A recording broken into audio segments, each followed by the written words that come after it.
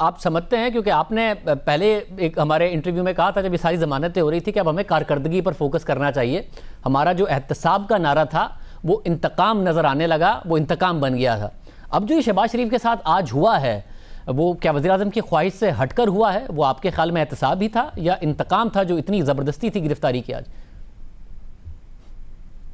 अगर तो झाड़ू हमारी तरफ बजट के बाद ना फिरे तो फिर तो आपको ये कहने का हक है। ये जुमला आपने एक दो दफ़ा मेरे नाम से प्रोग्राम में कहा है, और मैं जो कोई तैयार होकर स्क्रिप्ट लिख कर नहीं आता, जो कुछ आप सवाल करते हैं मैं उसका जो मेरे दिल और दिमाग में स्ट्रेट वे आपका सच्चाई से जवाब देता हूँ। अगर कोई मेरे जहन में ऐसी बात नहीं कि खुदा न खास्ता मेरी उनसे कुछ ज़ाती दुश्मनी है, ये कौमी दुश्मनी है साहब। मगर आपने कहा कि दो तरफा ही होगा और फिर ही ये एहतसाब लगेगा, इंतकाम नहीं लगेगा।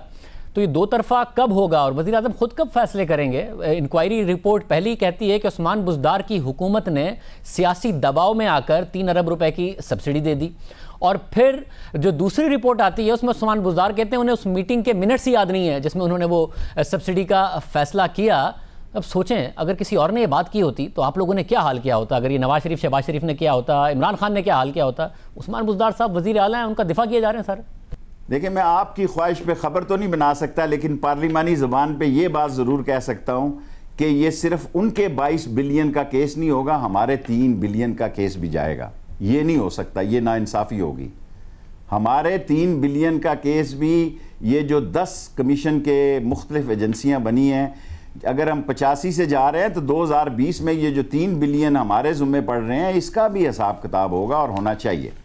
नहीं, आपका 3 अरब का नहीं है, आपका 100 अरब से ऊपर का इंक्वायरी रिपोर्ट कहती है कि कीमतें बढ़ी रही, आपकी हुकूमत ने कुछ नहीं किया उस दौरान, और एक्सपोर्ट भी करते रहे। 100 अरब रुपये से ज़्यादा आवाम की जेब से निकाल के ले गए। अभी भी 83 रुपये की है, अभी भी 1 रुपये पर 5.5 अरब कमाते हैं, तो साल में 110 अरब रुपये और आवाम की जेब से निकाल के ले जाएंगे। आपका केस ज़्यादा बड़ा?